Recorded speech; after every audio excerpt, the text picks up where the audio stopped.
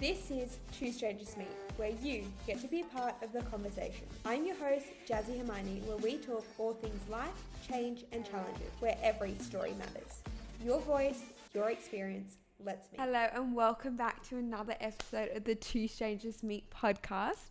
I'm your host, Jazzy Hermione, and I thought we'll talk a bit about success, failure, imposter syndrome, because we're already 2 months into the year.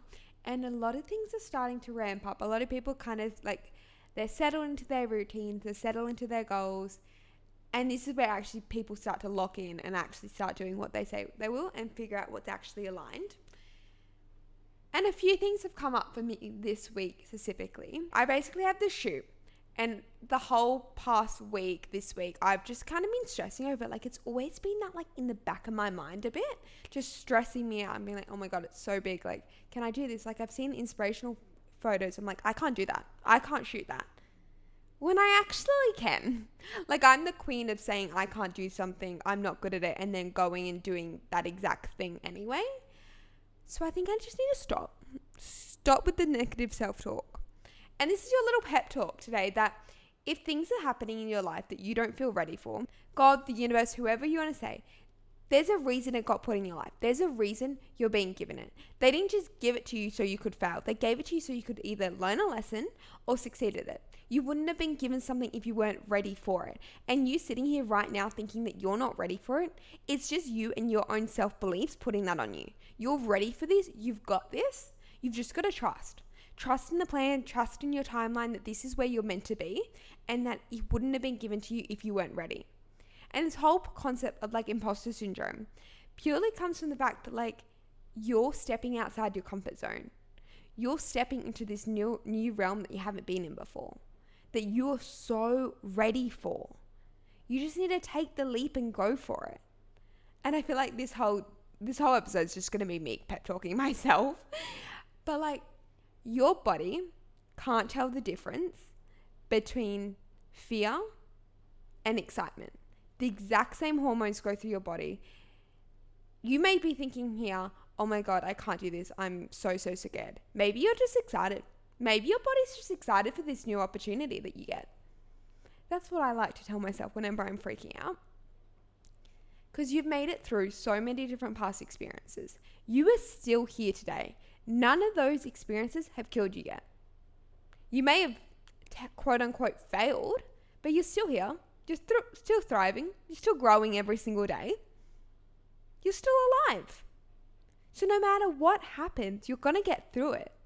You've gotten through every single thing that has ever happened to you. So you can get through this next thing. Imposter syndrome, sometimes you've got to fake it till you make it. And I use that all the time. Fake it till you make it. Just do it. Put on a face. Put on a mask.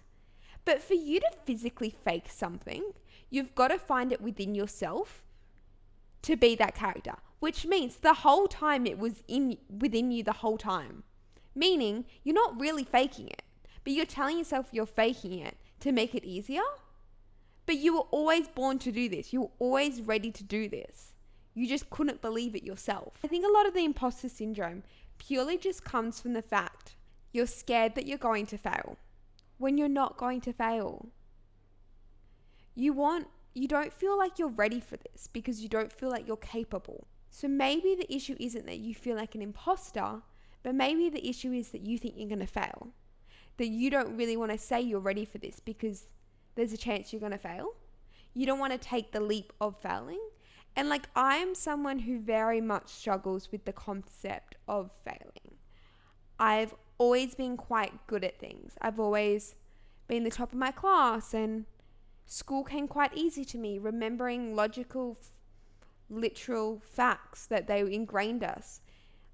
I could grasp concepts really, really easy, and I was also really good at not questioning it. I feel like a lot of people got stuck on, why is it like that? Why is it doing that? And I was like, okay, that's how it's done. That's what you want me to know. That's what you want me to apply. Then yeah, I'll do it. I didn't get stuck on the little details of why. I just said, okay, that's what you want me to do. Fine, I'll do it. I'll do what I need to do to get the marks. I knew what the markers were looking for, so I did it. I didn't try to write a good story. I tried to write a story that would hit all the marks. So growing up, I kind of avoided being bad at things in a way. And if I was bad at something, I just wouldn't do it. And I think that's very much quite evident in my young adult years, in the fact that when I'm bad at something, I think it's not for me, not aligned, goodbye, not doing that today. And I don't really stick to anything that I'm bad at, because like, who wants to be bad at something? Let's be real. I think we all actually should really try and suck at stuff because when you're bad at something and you can learn, it's such a huge value skill to have, to be okay with being bad at something, because we're always going to be bad at something. If we're the smartest in the room, we know the most in the room, we're in the wrong room, full stop. You should not be the smartest in the room you're standing in. You should be the dumbest, because that's when growth happens. But it's also hard to admit when you're not the smartest in the room, hard to put yourself in those environments because you're scared of failure. And as soon as you can get rid of this fear of failure, everything opens up for you. And I'm still waiting for that day because I still am scared of failure. And like this whole concept about this shoot that I have coming up, and I have imposter syndrome, I'm just scared of failing. I'm scared that I'm not going to be able to produce the quality of work that I want to produce, that I hold myself to, when I probably can. Let's be honest. I'm going to figure it out. But I'm scared to even give it a go because of that fear of failing. And like the fear of failing just makes me so frustrated and so like it's stressed. Like if I'm just not regulated when I am bad at something, when I'm struggling through something, and it's just like my ego talking in the way of that too. It's like you don't want to admit for help. You don't want to admit that you're bad at something because you said you were going to do something. And how are people going to trust you and want to watch you if you're bad at it? How can you admit that you're bad at something? Like you don't want to let anyone down. And riffing on failure and what goes through my head. But like if you want to get me swearing, just give me something I'm bad at. Like it's okay to be bad at something. But like it makes me so mad. I don't get it. And then I start questioning it. And I make all of these excuses just because I don't want to admit that I'm bad at something. For example, I'm editing these videos for social media and I'm struggling. It's not the normal content I do. It's not the content I feel comfortable with. It's a lot of heavy editing. And I don't really like editing. There we go. There's another excuse. I don't like editing. No, I don't not like editing. I just don't like editing because I'm bad at it and I haven't put myself in environments and learn.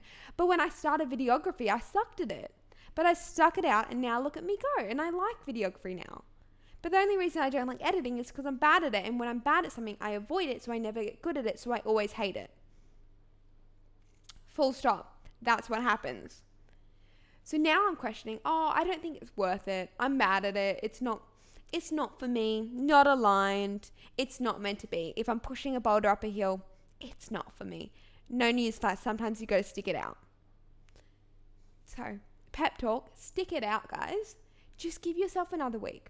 Keep going, take a break, reset, go for a walk, regulate your nervous system, and try again. Because we're always going to be bad at something. I think this is everyone's homework, to go do one thing this weekend that you're bad at. And I'm making it so simple. Go for a run. Try to draw if you've never drawn before. And sometimes the things we hate the most, we don't actually hate because of what they are. We hate it because we're bad at it. And I think that's something we've got to remember, that when we're talking about something we hate, maybe we don't actually hate it. Maybe we just don't like being bad at something. But the only way we're going to get comfortable with being bad at something is by constantly doing things that we're bad at, to prove to ourselves that it's not that bad to suck. That it's not, your world's not going to end if you suck at something. Maybe we need to constantly push ourselves through the discomfort of being bad at something to be able to be okay with being bad at something. I don't know if this is making any sense, guys. And it's hard for me to talk about this because I'm on the end of, I hate being bad at things. Like I'm not here to tell you that I'm so good at failing. I'm amazing at it. It's okay to fail, because my body tells me it's not. Like, I really, really struggle with it. I have had to come to this kind of realization that failure isn't a thing. The only time you truly fail is when you give up. How can you deem yourself a failure of a goal if you are still working towards that goal? You're not failed yet. You fail when you give up, when you stop trying. That's when you truly fail. So if you keep going at something every single day, every single week, you've never failed. I don't care if you haven't hit whatever goal you wanted in the first year. If you try again in the second year, you try again in the third year, you're not a failure. You're still going. There is still a chance you can hit that goal. But as soon as you give up on that goal, as soon as you say, okay, I'm done, I'm never working towards it again, that's when you fail. That's when there's 100% certainty of you not hitting that goal. Failure only comes when you are 100% not going to hit that goal. If you keep trying, even if you try 1% every single day, you try a little bit, you do one task for that goal a week or a year, you haven't failed yet. You haven't failed until you give up. So don't give up. Be stubborn enough to not give up. But then on the other side of this is success. But what do you deem success? What does success look like for you? Not what the stereotypes tell you, not what your mum tells you, not what you grew up thinking, not what the media shows you. How do you determine success? And what in your life changes when you hit that success mark? If you're sitting here and saying, yeah, success for me is like financial freedom and having money and having a 100K salary, what is actually going to change when you have a 100K salary? Because trust me, not a lot will change. Success isn't something you can measure. It's not a metric. It's not how much is in your bank account, what house you have, how many kids you have, if you're married or if you're not. Success is a feeling. And success is purely, in my opinion, just that feeling of fulfillment. And once again, it's a feeling. You can't just say success to me is when I hit a certain milestone. Because if you don't feel it within, if you don't feel success within, then have you really succeeded at all? You're not going to feel like you succeeded. Success comes from when you feel fulfilled. So if you're building your definition of success from every single person around you, then you're never going to feel it. I want to talk about a story. About last year, I was doing social media management for a bunch of different brands. Going really, really well. I was basically doing it full time, working for myself, working at home, helping all of these different brands. I had made it. With the goal I had done it. I had done exactly what I wanted to do. But I wasn't happy. I didn't feel like I succeeded. Every single person told me around me that I was succeeding, going really, really well. And yeah, on paper I was. But I realized in that moment, the life I was dreaming of, the life I was working towards, I didn't really want. Truthfully, I didn't want to be working with like 5-10 brands doing their social media. No, I didn't. I'd rather be doing my own social media. But I was spending all of this time on the other brands thinking that that's what success is. That having all of this money every single week made me successful. But I didn't feel successful. I didn't feel like I was loving my life. I felt kind of the opposite. I was like, this isn't what I imagined it to be like. So yeah, I think that was a great opportunity where the God, universe, he gave me exactly what I was asked for. Exactly what I was looking for, exactly what I asked for. And he gave it to me because I had to realize that wasn't actually what I wanted. That I still didn't know what I wanted. That I had this idea and I ran with it, but I hadn't actually thought about it too much, about what I truly wanted. And I'm going to be honest with you, I still don't really know what I want. But I know that just chasing a random dream because it was someone else's dream isn't going to make me successful, isn't going to make me fulfilled. Isn't going to make my life every single day makes me want to wake up and enjoy life. It's truthfully not. Success is so personal and I don't think we're ever going to accept it. I don't think there's one person here who has ever said, yeah, I've truly made it. I've truly done every single thing I wanted to do. Because no matter what, every single day you grow, every single day you learn something new, and every single day you realize you're more and more capable. You give yourself more evidence that you can do more and more, which means that that bar is constantly raising. That end goal keeps raising, keeps moving, because I don't think you can ever really have an end goal. I think everyone's end goal is just to love life. But every season you're in, every week you're in, every year you're in, you want different things in life. That one year you can have the most successful year, and the next you realize that you've outgrown it, that you've changed your mind. And that's completely okay, because that's what life is all about. Success is never just a marker that you're going to achieve. Success is just loving your life, and loving your life is going to look different to every single person, every single week, every single year, every single season of life. You're going to ebb and flow, and you're going to change your mind, and you're going to pivot constantly. But the day you stop changing, the day you stop pivoting, is the day you give up on being successful. That just flowed into my next thought, which is all about having to be a certain person to achieve something. That we deem success, we deem failure, we deem imposter syndrome, all comes from the fact that we think we have to be a certain point in life to have a certain thing. If we want new activewear, we need to prove to ourselves that we are worthy of it, that we are successful enough to have that piece of activewear. Most people will go, okay, I need to do a 12-week program. I need to lose this weight. That makes me successful. When I'm successful in this goal, when I reach this goal, I'll get a new activewear. Firstly, never really understand this concept, because why would you get the activewear once you stop? Why not get it in the first place so you can use it the whole time?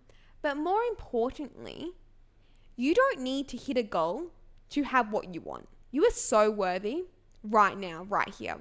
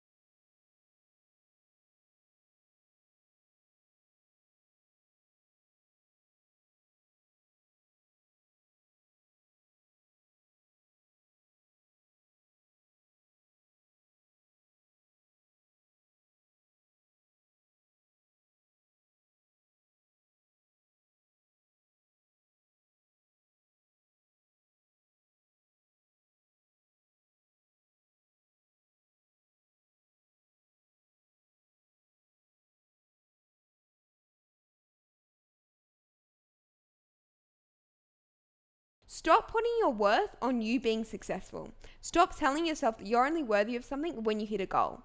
Because Newsflash will always have goals. This is how we get scared of being a failure, is because we say that we're not worthy if we fail. That if we fail, then we're a terrible person. That we suck. We're never going to get anywhere. Why should anyone love us? Absolutely not. You are worthy right now. You deserve it right now. And even if you fail or you don't, you are still worthy. So I'm going to leave you there. But I just want you to keep trying, keep going at it, and no matter what, you don't give up. You can pivot, you can change the goal, but you don't give up in life. Days are going to come, days that are really fucking hard are going to come. But when you hit rock bottom, there's only one way to go, and that's up. So sometimes hitting rock bottom is the best thing you could ever do, because it forces you to change absolutely everything in your life.